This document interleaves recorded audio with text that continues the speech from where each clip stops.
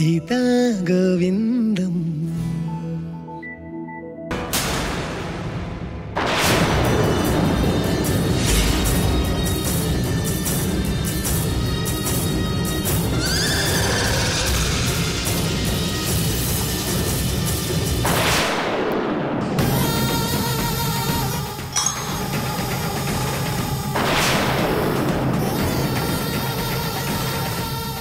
మే వడ్డించకుండా ఈ నాణ్యం పెట్టి పోతాండావేంది? చాలు గోవిందం, అవసరమైతే పెట్టుకుంటానులే. అట్నా? సర్లేప్పా, నీ ఇష్టం.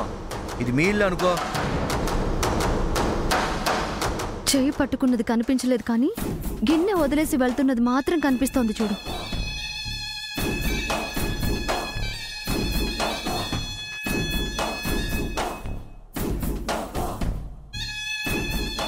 చంపేయాలి వెధవని.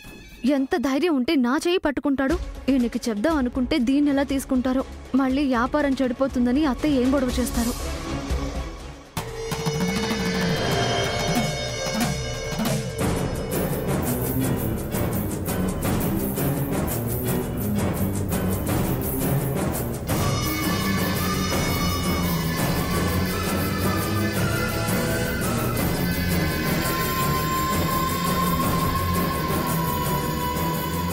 భోజనం చాలా బాగుంది గోవిందం. పోనీలేపా, మొదటిసారి భోజనానికి పిలిచినా ముక్కోటమ్మ లేదు, ఎట్టా వండుతుందో అని భయపడినా. మీకు నచ్చినదిగా అది చాలు. మేయ్, చేతులు తుడుచుకోవడానికే తుండుగుడ్డి.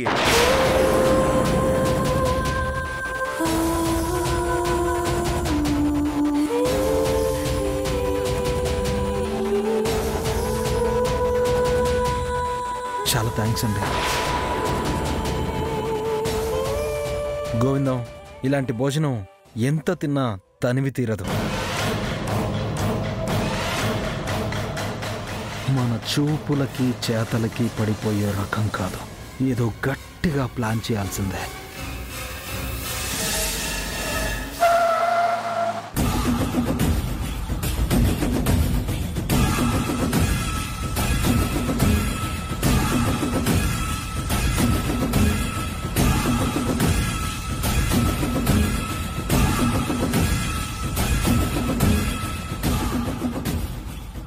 నమస్కారం ముక్కోటమ్మ గారు. నమస్కారం అప్ప. ఏమిట్టా వచ్చుండారు? నేనే భోజనానికి పిలిచినానమ్మా, నువ్వు లేవు కదా. గీత వంట చేసినదే. అట్నా? ఓ, ఎట్టున్నాయి మా వంటలు? చాలా బాగున్నాయండి. మంచిది.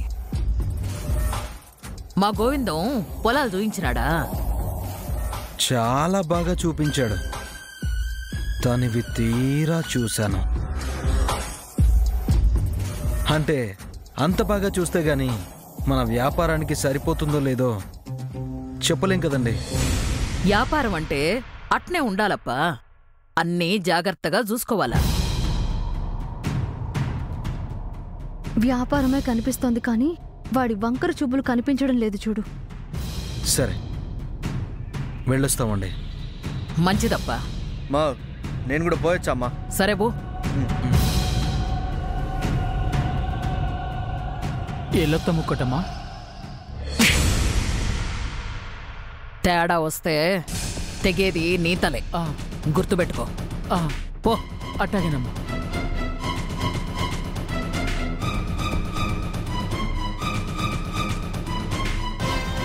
తల తెగి పడాల్సింది ఆ కోటిగాడిది కాదత్తయ్య.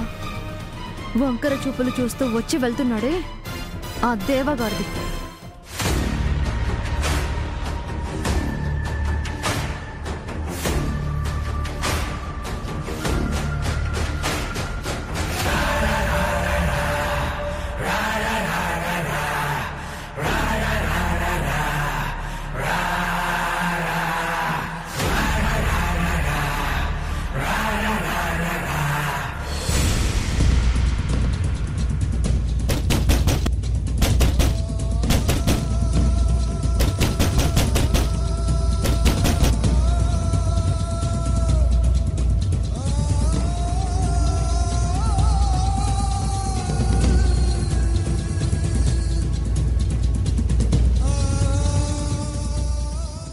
ఏంటయ్యా ఇది? ఇంటికెవరో వచ్చుండారని లోపల పెట్టి గడియ పెడతావా? కొందరి చూపులు మంచివి కాదు జయమ్మ. ఎవరు ఎట్టా చూచే ఏందొదినా? మనల్ని ఏం చేశారు? ఆడపిల్లల్ని చేతుల నుంచే కాదు, చూపుల నుంచి కూడా కాపాడుకోవాలి. చిన్నపిల్లవి, నీకెప్పుడే ఇవన్నీ తెలియవు.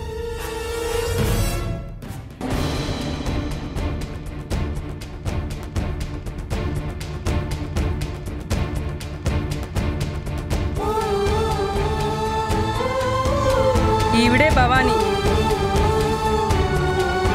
గొడ్రాలు. ఒక్కొక్కళ్ళు ఎలా చూస్తున్నారో చూడు, ఏదో వింత జంతువుని చూసినట్టు. అవును, నేను గొడ్రాల్నే. అయితే ఏంటి, పిల్లలు పుట్టకపోతే బతకూడదా? 10 మంది మధ్యలో తిరగకూడదా? దీనంతటికి కారణం గీతే. ఇంట్లో తేలాల్సిన వ్యవహారాన్ని వీధిలోకి తెచ్చేలా చేసింది.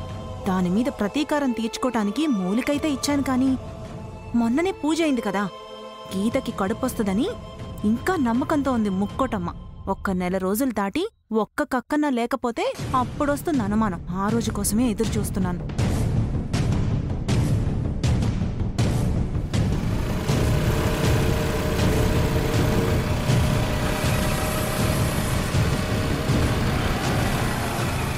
భవానీ, బాగున్నావా? బావున్నాను. నీకీ సంగతి తెలుసా? ఏంటి? నీ ఫ్రెండ్ మల్లిక ఉంది కదా, అది పురుగుల మందు తాగి చావుపోయిందంట.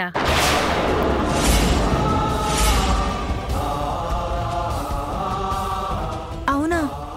ఇప్పుడెలా ఉంది? వాళ్ళ మామ చూసి వెంటనే హాస్పిటల్కి తీసుకెళ్లాడంట. ప్రాణాపాయమైతే లేదులే. అసలేమైంది దానికి? చచ్చిపోవాల్సినంత సమస్య ఏమొచ్చింది? మొన్న నువ్వు చస్తానని చెరుగట్టు మీద పరిగెత్తలేదు, అలాగే మల్లికి ఏ సమస్య వచ్చిందో ఏమో. కానీ నిన్నంతా వాళ్ళ అత్తతో పెద్ద గొడవంట. ఇరుగు పొరుగు వాళ్ళు చెప్పుకుంటున్నారు. వాళ్ళ అత్తతో గొడవ? అమ్మలా చూసుకుంటుంది, ఏ గొడవలు లేవంది? అమ్మలా చూసుకోవడం వేరు, అమ్మ వేరు కదా. ఏదో చిన్న తేడా జరిగితే అమ్మలో అత్త బయటకొచ్చేస్తుంది. సర్లే, నీకు బాగా దగ్గర కదా, వీలు చూసుకొని ఒకసారి వెళ్ళి పరామర్శించిరా. సరే సరే అయితే.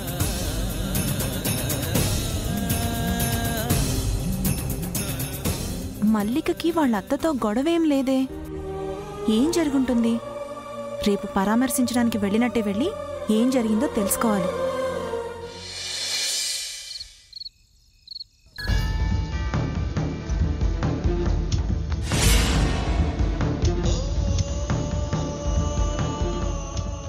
ఎవరిదైనా ఎంతైనా వదిలేదే లేదు.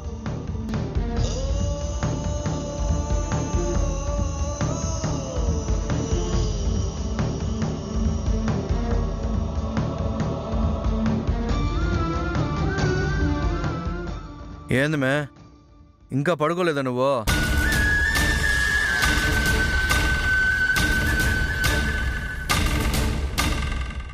మాట్లాడవేంది మే, అడుగుతా ఉండవు కదా. ఏం చెప్పినా వినందానికి ఏం మాట్లాడినా ఏం ఉపయోగం? నువ్వు చెప్పేది వినలేదా? దేని గురించి మాట్లాడుతా ఉన్నావు మే నువ్వు? తాగొచ్చినానా? నేను తాగడం నీకు కొత్త ఏమే? అది కాదు.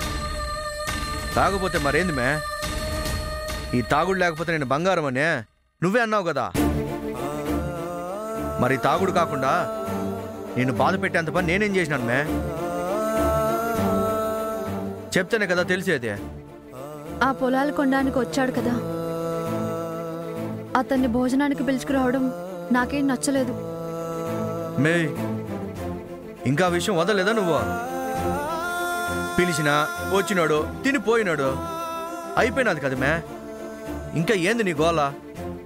మీరు నా మాట వినిపించుకోలేదు. ఆయన ఇంట్లో ఎవరూ లేనప్పుడు పరాయి వాళ్ళని అలా ఎవరైనా ఇంటికి తీసుకొస్తారా? ఎవరు లేకపోవడం ఏంది మే? నువ్వు ఉండవు కదా. ఆయన భోజనానికే కదా పిలిచినా. ఎవరు లేనప్పుడు ఇంటికి పిలిచే మందు తాపించినట్టు మాట్లాడతావేంది మే?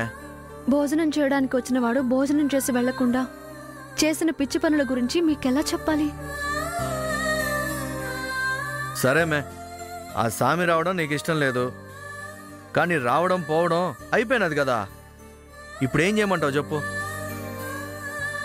అతనితో వ్యాపారం ఏదో అంటున్నారు కదా, అదేం వద్దండి. అతను మంచివాడు కాదు. అతని పద్ధతేం బాగోలేదు. ఏంది మే వ్యాపారాల గురించి మాట్లాడుతుండావో? ఏదో పాల వ్యాపారం చేసేసరికే అన్ని వ్యాపారాలు తెలుసునని అనుకుంటున్నావా ఏందే?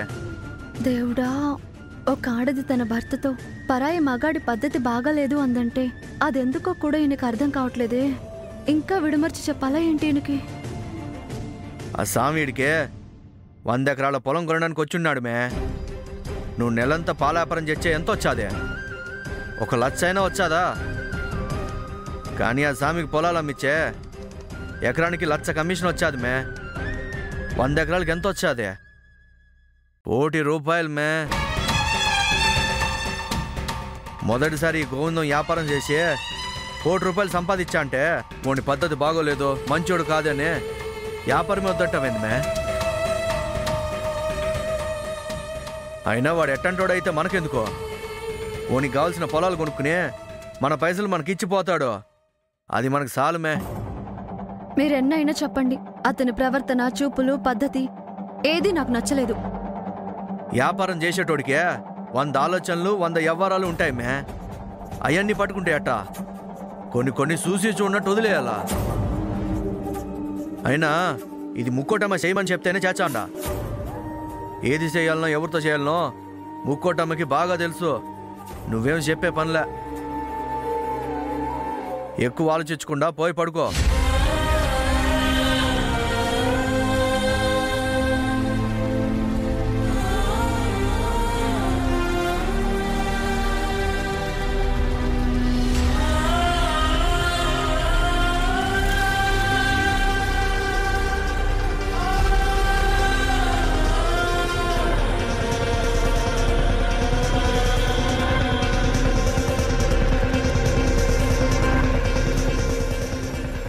ఏదేమైనా వాడితో వ్యాపారం అంటే కత్తి మీద సామే.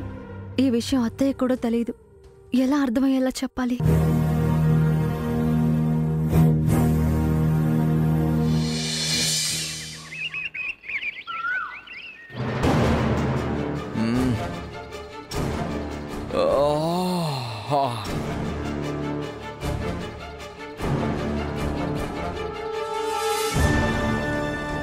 బండిలే అంటే గీత పాలు పోయడానికి పోయి ఉండాది.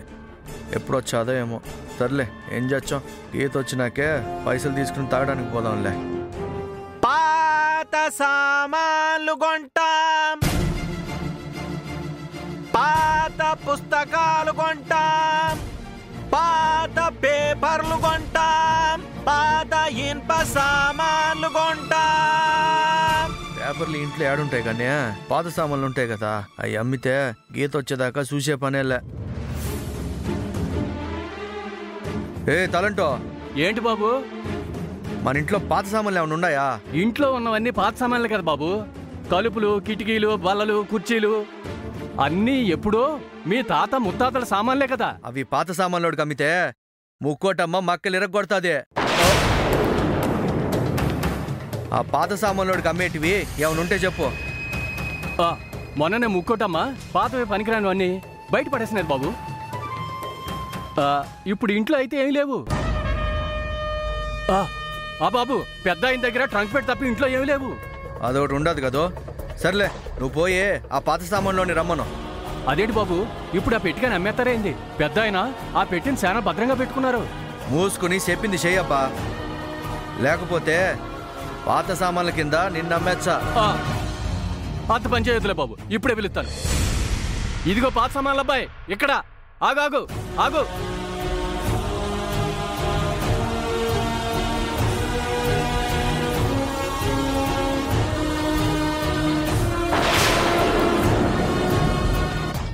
పాత పేపర్లు కొంటాం.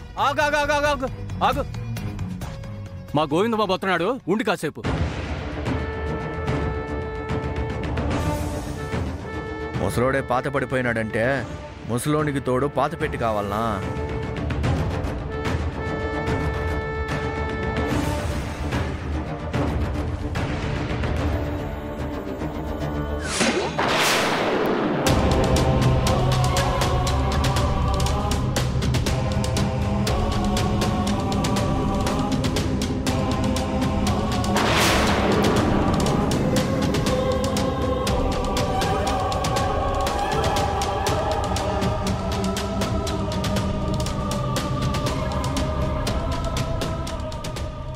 ఏంది పెద్దాయన ఇది? ఈ పుస్తకాలు నా ఇంట్లో ఉండాయేమి? ఉంటే ఏమవుతుంది ముక్కోటమ్మా? ఏమవుతాదా? నేను ఊరంతా చదువు ఆనవాళ్లే లేకుండా చేస్తే నా ఇంట్లో పుస్తకాలుండాయంటే ఏమనుకోవాలా? అనుకోవటానికి ఏమీ లేదు ముక్కోటమ్మా. నా కొడుకు లేకుండా పోయినాడు. వాడు చెప్పిన చదువు, కట్టించిన స్కూలు అన్నీ లేకుండా పోయినాయి. వాడి జ్ఞాపకం కోసం 4 పుస్తకాలు అట్టి పెట్టుకున్నా. తప్పేంది ముక్కోటమ్మా? తప్పే పెద్దాయనా. పుస్తకాలు కాదు కదా, ఒక్క కాగితం ఇంట్లో కనపడినా ఒప్పుకునేదే లే. తలంటూ అగ్గిపెట్టియప్ప. ముక్కోటమ్మా, నాకు నా కొడుకు జ్ఞాపకంగా మిగిలినవి ఈ పుస్తకాలే. విన్నవి చెయ్యకు ముక్కోటమ్మా, విన్నవి చెయ్యకు, విన్నవి చెయ్యకు. వద్దు ముక్కోటమ్మా, విన్నేం చెయ్యకు. లే పెద్దాయనా, చెప్పేది నీకే. వద్దు ముక్కోటమ్మా, వద్దు వద్దు.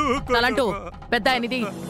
వద్దు ముక్కోటమ్మా, లే పెద్దాయనా. వద్దు ముక్కోటమ్మా, వద్దు. నిన్ను బ్రతిమాలుకుంటాను ముక్కోటమ్మా. ఒరే గోవిందు, మీ నాన్న ఆఖరి జ్ఞాపకాలురా, నువ్వైనా చెప్పరా? ఏంది ఓడు చెప్పేది? నీ కొడుకు చదువు కోసం చేసినదే దండగా అనుకుంటే ఓని గుర్తుగా పుస్తకాలు కూడానా?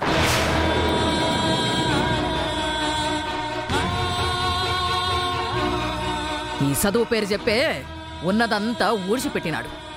పుస్తకాలు చూచంటే గతమే గుర్తుకొచ్చాండి అది పెద్దాయన. ఏ నా కళ్ళ ముంగట ఉండడానికి ఈలే, అందుకే తగలెట్టేచ్చాండా. ముక్కోటమ్మా,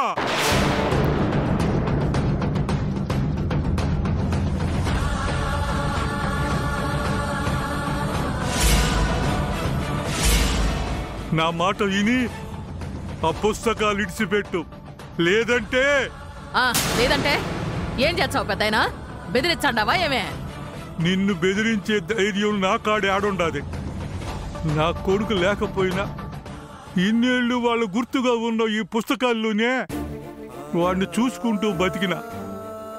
ఇప్పుడు వాటిని కూడా తగలిడితే నాకు ఇంట్లో ఏం పని ఉండాలి? నేను ఇల్లు ఇడిచిపెట్టి పోతాను ముక్కోటమ్మా.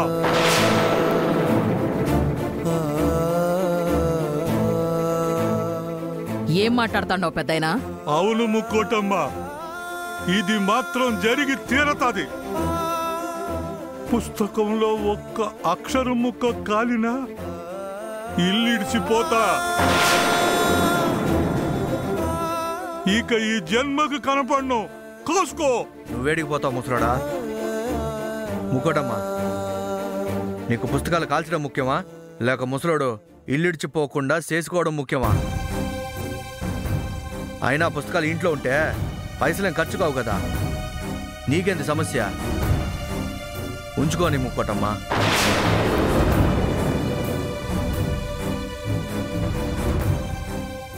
ఈ ఇంటికి నువ్వే పెద్ద దిక్కు పెద్దాయనా.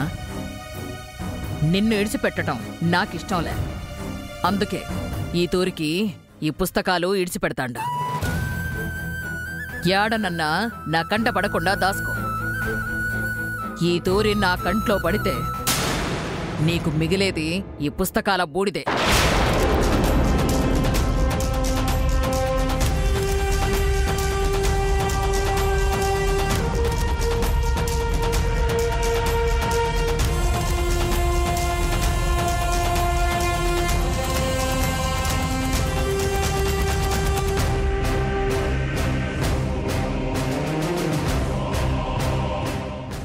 ముసలోని దగ్గర అన్ని పాత పుస్తకాలు ఉండేటివి కదా, ఈ కొత్త పుస్తకాలు యాడ్ నుంచి వచ్చుండాయి.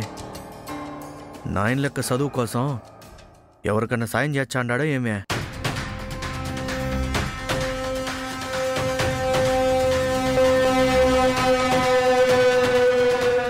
ఎవరిదో పేరు రాసినట్టు ఉండాది. ఎవరిది ఇదే? చదువు రాని దానికే ఎంత దించుకున్నా ఏం లాభం? అయినా పుస్తకం పాతదైతే ఏమి, కొత్తదైతే ఏమి, పైసలు ఇచ్చాడు కదా.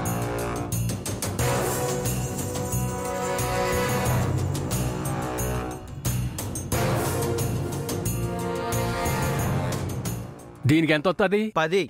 డబ్బాకి 2 రూపాయలు. బుక్కి 50. అబ్బో పుస్తకాలు చాలా డిమాండే. బాబు గారు వచ్చారు. ఇదిగో ఈ పెట్టెలో చాలా పుస్తకాలు ఉన్నాయే. ఈ పెట్టికి పుస్తకాలకి కలిపే ఏమిచ్చావో చెప్పు.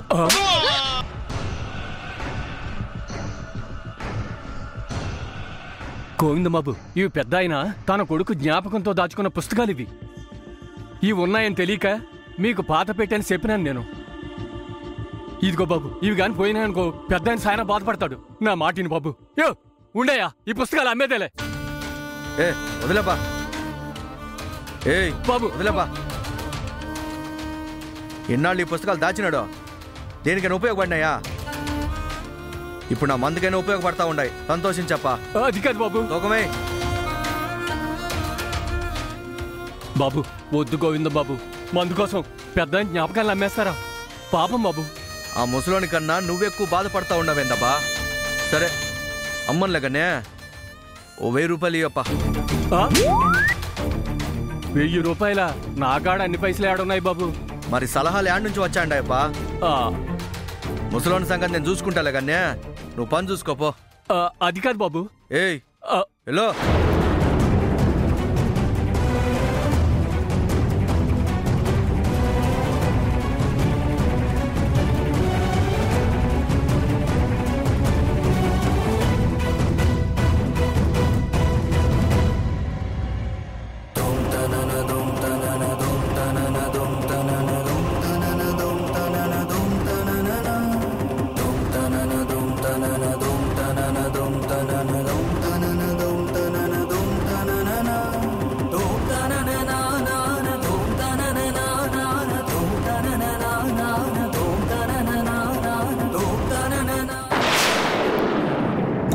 పుస్తకాలనే పాత సామాన్లుడికి అమ్మేసినాడంటమ్మా.